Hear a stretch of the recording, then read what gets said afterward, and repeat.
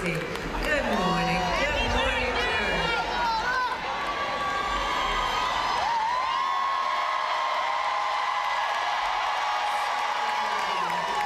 Thank you. Good Sunday morning. Pastor.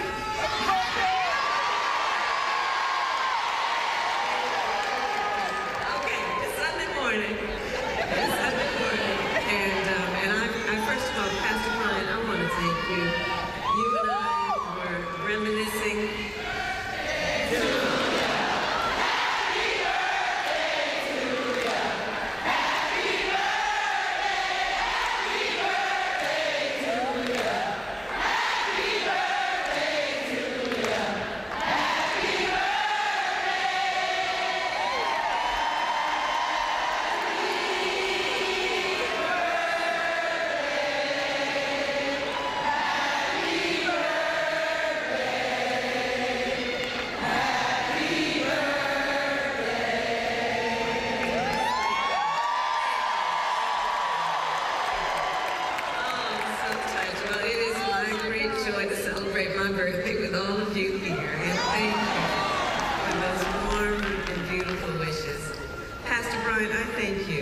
For your leadership. You and I have discussed, we first met almost 20 years ago when there was a convening of rising stars in the country.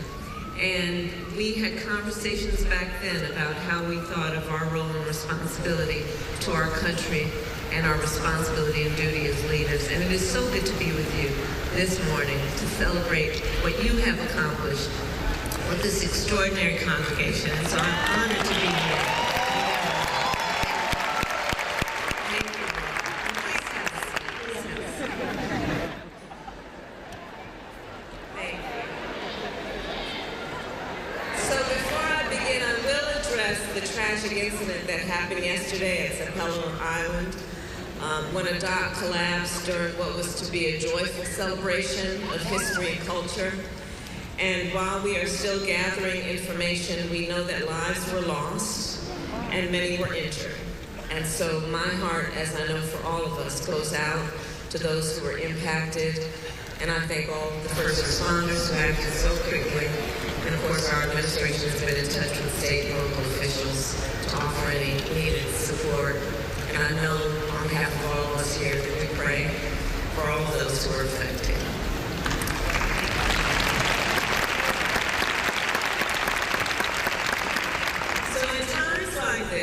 We are reminded of the ties that bind us to each other and the importance of community. The importance of community. And that is what I know New Life Church provides to so many people across Atlanta and beyond. And so, Pastor Brian, I thank you for your words and for your vision. And in this election season, I also thank you for the time you have spent traveling our country to encourage people to register and to vote. Because you know, and we all know, your parents who gave so much and led such an honorable life, and including, of course, among the leaders upon whose broad shoulders we stand, Congressman John Lewis. They all knew, and by their example, they taught us that faith and good works go hand in hand. And that is especially true when it comes to protecting our sacred right to vote and getting souls to the polls. And I thank everyone for all you are doing in that regard. And I'm truly honored to be in the presence of so many extraordinary leaders, including my pastor, Reverend Dr. Amos C. Brown of Third Baptist Church in San Francisco, who you heard from earlier this morning.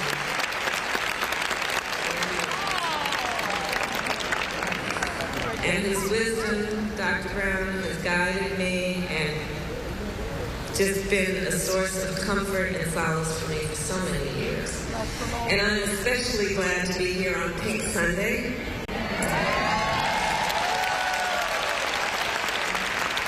As some of you may know, my mother was a breast cancer researcher. She was one of the very few women, and fewer even women of color, who was engaged in studying breast cancer. And she had two goals in her life. life to raise her 2 daughters, my sister Maya and me, and to end breast cancer. It was her life's work. And so today, of course, that has personal significance for me, just as I know it does for Pastor Brian and so many of you here.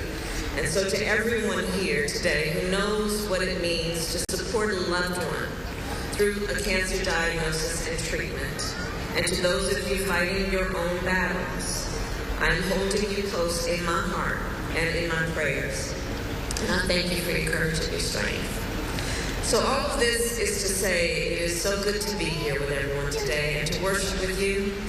And on this day, then I am reminded with everything that we reflect on the parable from the Gospel of Luke.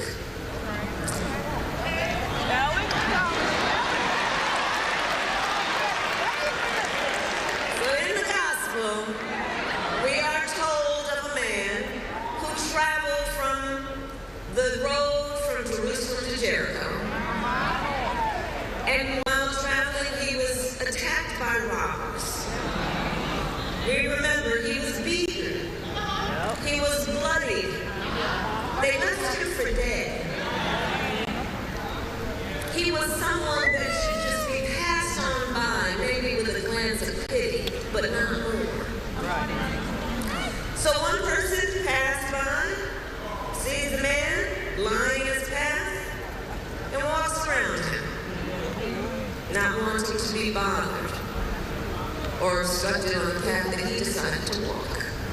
A second man does the same. But then, a Samaritan walks by. He sees the man, and he stops. The Samaritan bandages the stranger's wounds. He brings him to an inn, gives him shelter and a hot meal, and he saves the man's life.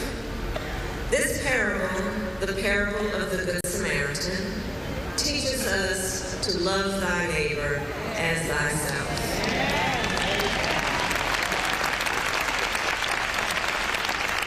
These words are simple. We know them well. It is an essential tenet and a pillar of our faith, and that of so many others. However, one must ask, are all people of faith living those words? Are all people of faith expressing those words in their actions? Do we have leaders in place who understand that in the face of a stranger, one should see a neighbor?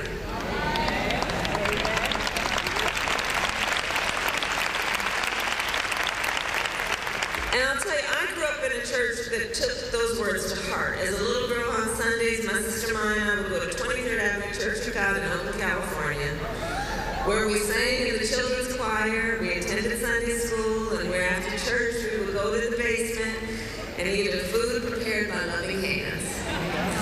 And where I first learned the teachings of the Bible, and my earliest memories of those teachings are about a loving God. A loving God. A God who asks us to speak up for those who cannot speak for themselves, and to defend the rights of the poor and the needy. And for me, like for so many of us, church is then a place of growth and belonging and community, a place where we are reminded of the incredible power of faith and fellowship. And in moments of difficulty and uncertainty, when the way is not clear, it is our faith that then guides us forward. Faith in what we often cannot see, but we know to be true. Faith in what we cannot see, but know to be true. And I say that because in this moment, across our nation, what we do see are some who try to deepen division among us, spread hate, sow fear, and cause chaos. There are those who suggests that the measure of the strength of a leader is based on who you beat down, instead of what we know, which is the true measure of the strength of a leader is based on who you lift up.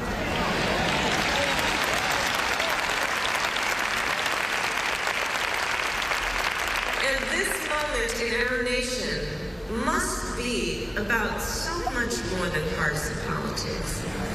It must be about looking inward and being guided by our faith to know what brings hope and what is truly the best expression of our strength in the way that we reach out to each other with kindness and with love and with sincerity in that approach. This is a moment that is challenging us of faith to reflect on this moment in the context of our future. We just applauded the young leaders who are here this morning. And I think so much of this moment, in the context of them, are young leaders, and what they have a right to expect, and what their faith teaches them that gives them rightly a sense of hope about where they belong, who they are, and what they can be. And so this is a moment that is challenging, I think, our fundamental values, and challenging us as Americans and as people of faith. And as the Good Samaritan reminds us, it is not enough to preach the values of compassion and respect. We must live them.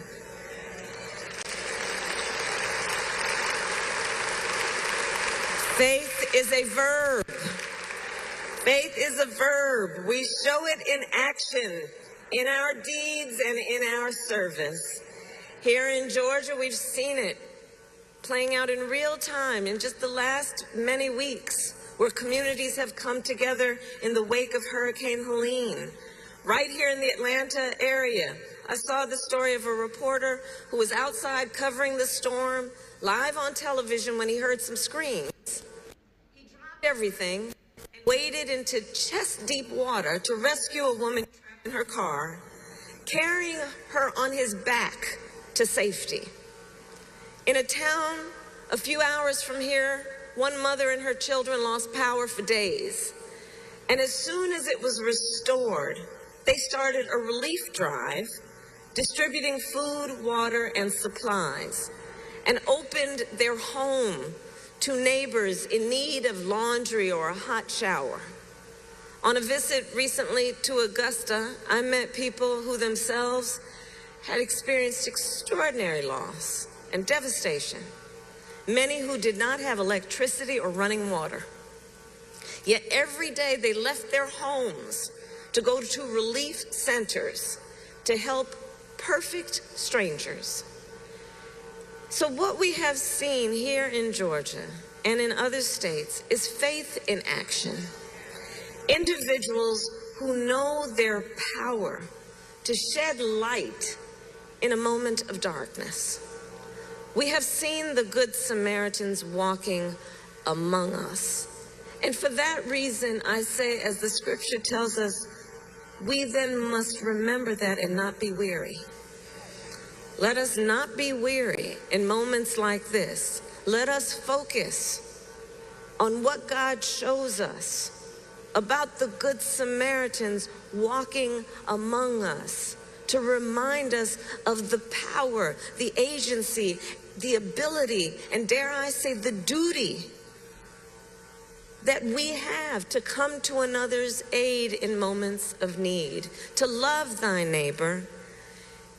And what God is showing us is that any of us can do that no matter who we are. And I know, and I learned this at a young age, and actually I'll share with you a quick story. So during my final year of law school, I was a summer intern in the DA's office in Oakland, California, and I was working in the Superior Courthouse. And there was this one case that I got, and it involved a drug bust.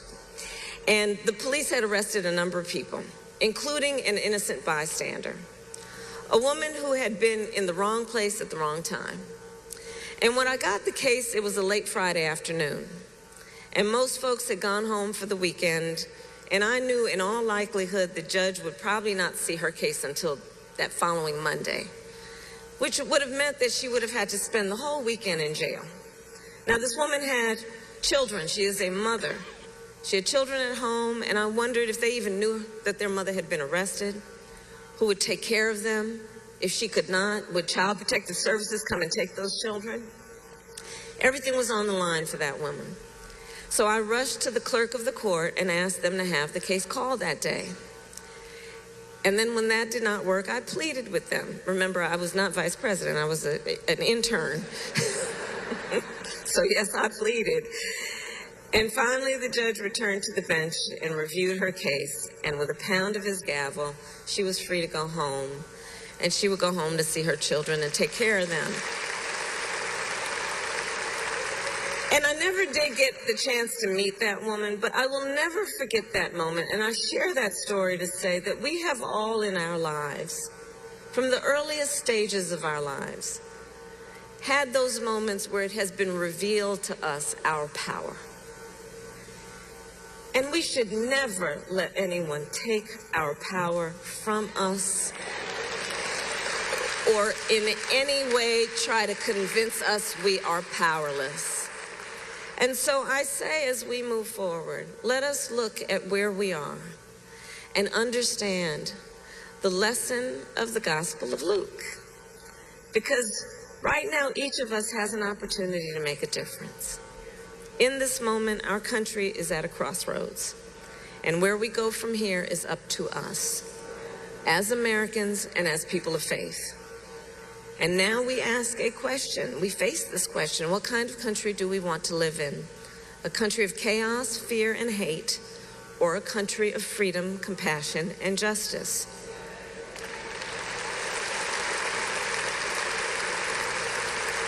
And the great thing about living in a democracy is that we, the people, have the power to answer that question. So let us answer, not just through our words, but through our action and with our votes. When we come across our brothers and sisters in need, let us, as the Good Samaritan did, see in the face of a stranger a neighbor.